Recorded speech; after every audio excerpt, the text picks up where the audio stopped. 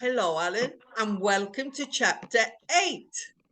Hi, Miss Letty. Are you ready for chapter 8 of My I am Cousin indeed. Rachel? Yes, I hope my hearing aid keeps playing up. I sometimes lose sound now and again, so you'll have to bear with me. Yes, Anyway, I hope our viewers will take these little things into consideration. Right, chapter 8, 2 letters. Off you go, Alan. Let's see how far we get now. chapter 8, 2 letters. On Sundays, Ambrose and I had always gone to church. This Sunday, my cousin Rachel agreed to go with me. Our neighbours were able to see her for the first time, and the church was full. I heard people saying that my cousin Rachel was beautiful. This surprised me very much. As usual, the Kendalls and the vicar and his family came to dinner.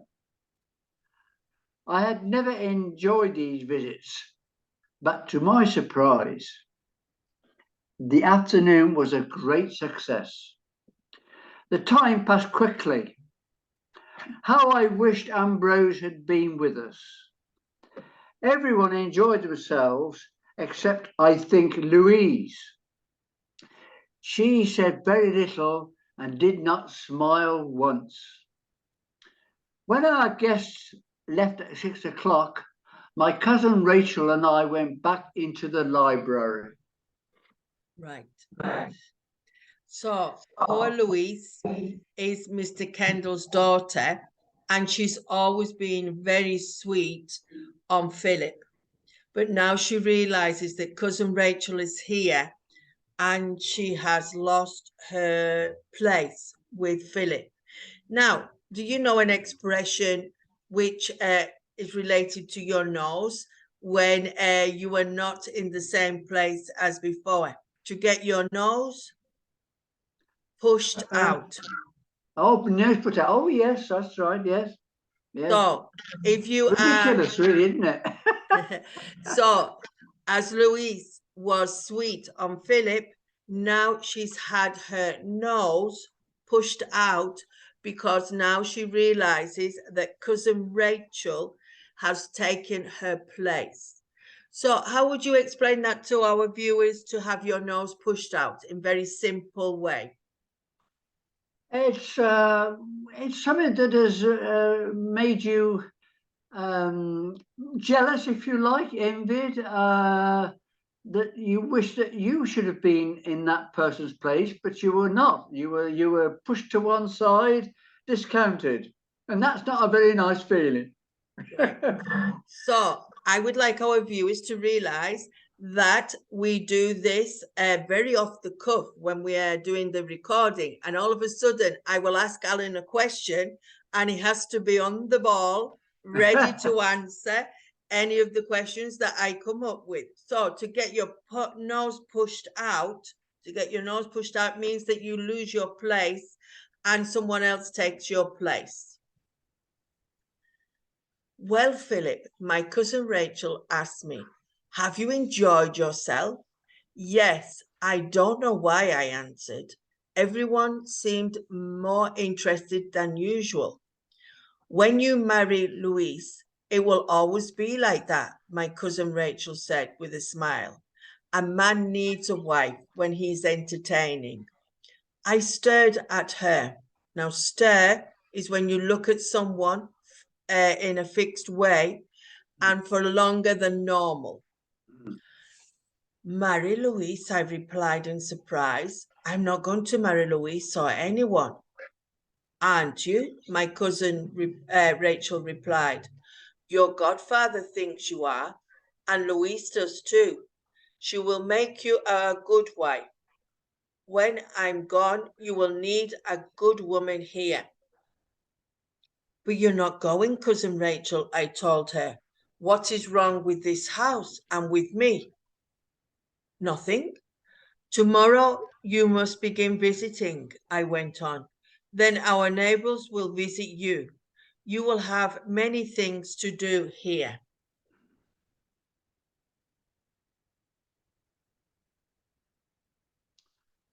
I don't think I really like that idea, said my cousin Rachel, standing up. It would be better if I gave your neighbours Italian lessons. I am a poor widow and shall need some money soon. I laughed. Then you must marry or sell your rings. I knew at once that I had been very rude. It was true that my cousin Rachel had nothing. She could not live without money. I called the dog and went out into the garden. I felt very stupid, and I stayed away from the house until it was dark.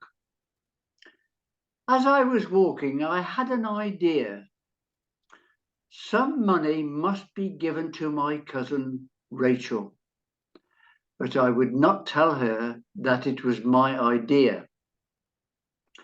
When I turned back to the house, I saw that the windows of Rachel's bedroom were open.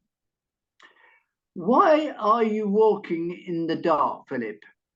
A soft voice asked. Are you worried about anything? Why, yes, I answered. I'm afraid you must find me very rude and stupid. Nonsense, Philip. Go to bed. Something fell at my feet.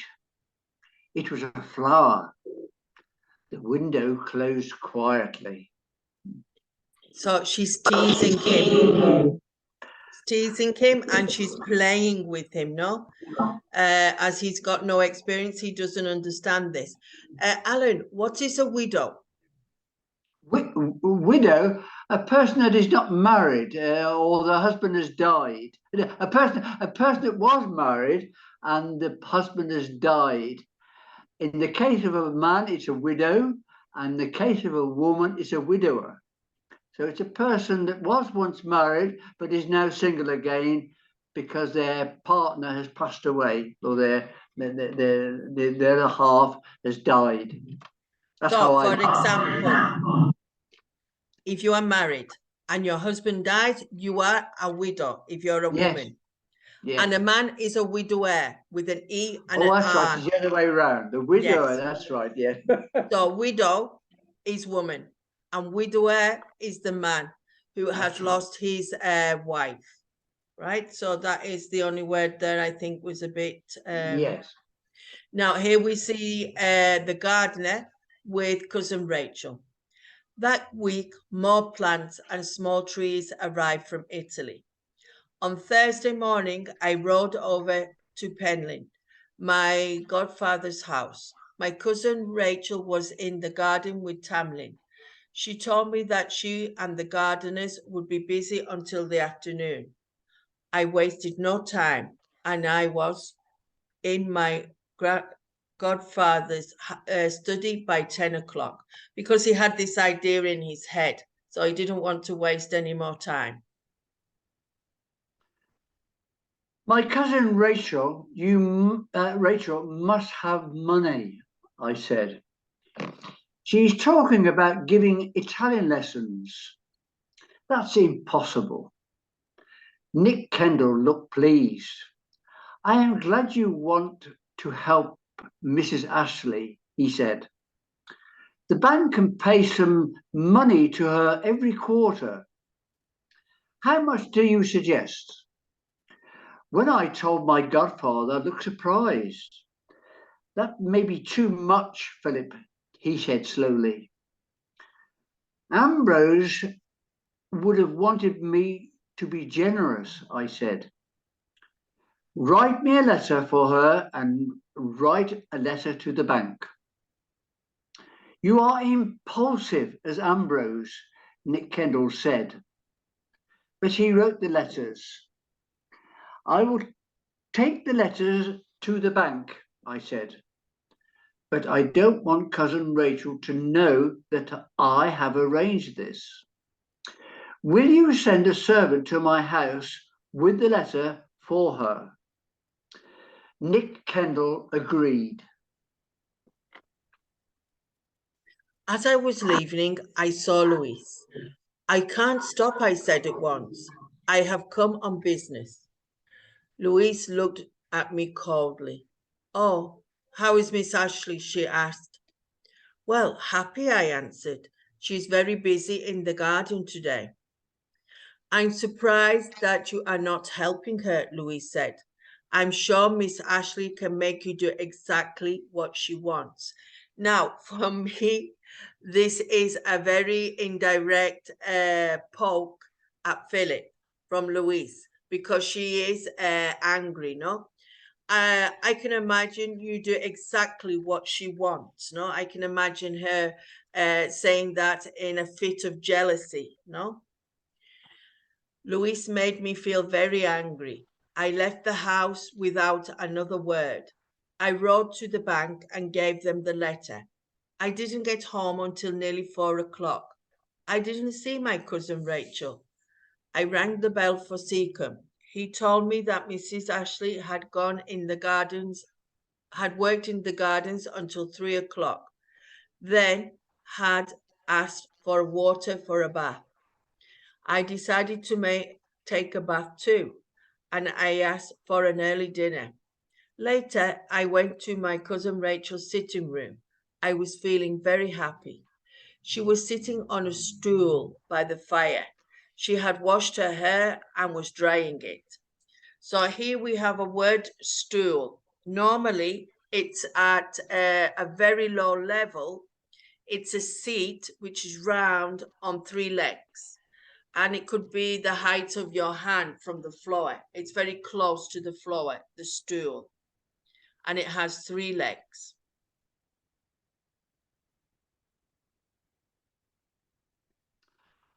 Come and sit down, she said. Why are you staring at me? Have you never seen a woman brushing her hair before? Wait here while I go and change my dress for dinner. My cousin Rachel was in her bedroom when Seacombe came in with the letter from my godfather. I stood up, feeling awkward. There was no sound from the bedroom as my cousin Rachel read the letter. Then suddenly she came out of the room. She looked very angry. You made Mr. Kendall write this letter, she said. Did you think I was asking you for money? I am angry and ashamed. Ashamed, I repeated. I would be ashamed if Mrs. Ambrose Ashley, I forgot the Mrs. words, Ambrose Ashley had to give Italian lessons. What would people think of Ambrose? The money is yours, take it. I was angry now. We stood staring at each other. Then my cousin Rachel's eyes filled with tears. She turned, went quickly into her bedroom and shut the door loudly. So, some women use their tears to win over men, not to make them feel weak. Now, if I shut the door loudly, what is that called, Alan? If I shut the door loudly? I slam the door with a lot of force, so when the door hits the frame, it makes a loud noise, a banging noise. Right, to slam, S-L-A-M, slam the door. We don't normally slam doors unless we're upset. That night, I had dinner alone. Is that how women behaved? Did they always cry when they were angry? Thank God I had no wife. Poor Ambrose, no wonder he had been unhappy. I knew I would never marry now. After dinner, I read and then fell asleep in my chair. When I woke up, it was time to go downstairs to my room. On the table of my bed was a note from my cousin Rachel.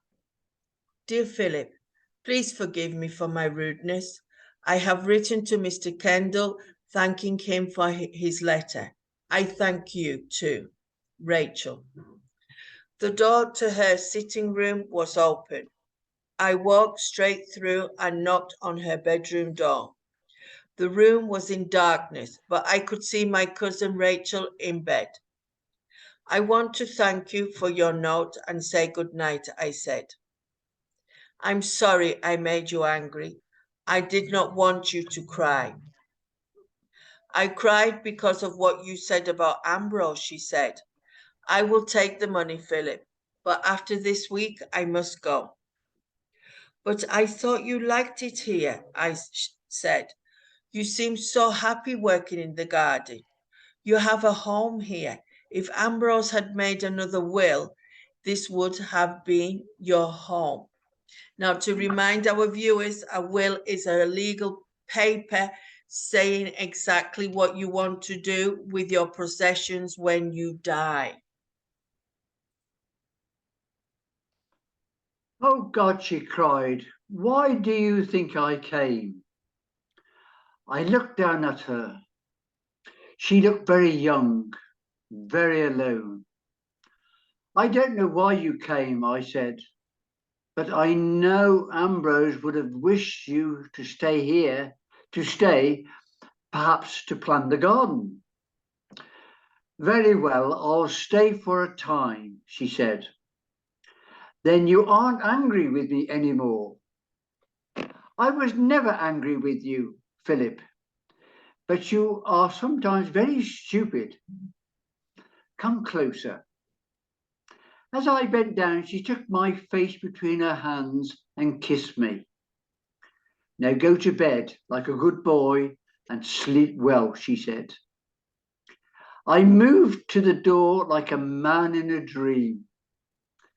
When I was back in my room, I wrote a short note to Nick Kendall and told him that my cousin Rachel would take the money. Then walked down. I'm sorry, the words are. Then I walked down to the hall to put my letters in the post bag. In the morning, Seacombe would arrange for the letters to be delivered. There were 2 letters in the bag. Both had been written by my cousin Rachel. One was addressed to my godfather, Nick Kendall. The other was addressed to Signor Rinaldi in Florence. I stared at it before putting it back in the bag. Why had my cousin Rachel written to Signor Rinaldi? Why did she have to tell him? Now, if that was you, would you open the letter that was going to Signor Rinaldi? Would you be curious? Well, curious, but whether I would, I doubt it. Not without permission from the other person. You wouldn't open it, okay? No, I've been in that position many times here. I get posts from people, and they say open it, and I say, "Are you sure? I don't like opening other people's mail." No, they say, "Go on, go ahead. Tell me what it says." Yes, but this is very devious, you know, of cousin Rachel. And maybe I would be prompted to see what she was up to, no, because I still don't trust her completely, no. I would steam it open and then stick it back down. Well, there's a way that you can discreetly steam it open and put it back again, and nobody's none the wiser. Yes, and that is sometimes done. So, Alan, now we've finished chapter 8, and we will have to wait till next week for the next chapter. That's right. So let's say goodbye for now. Okay, thank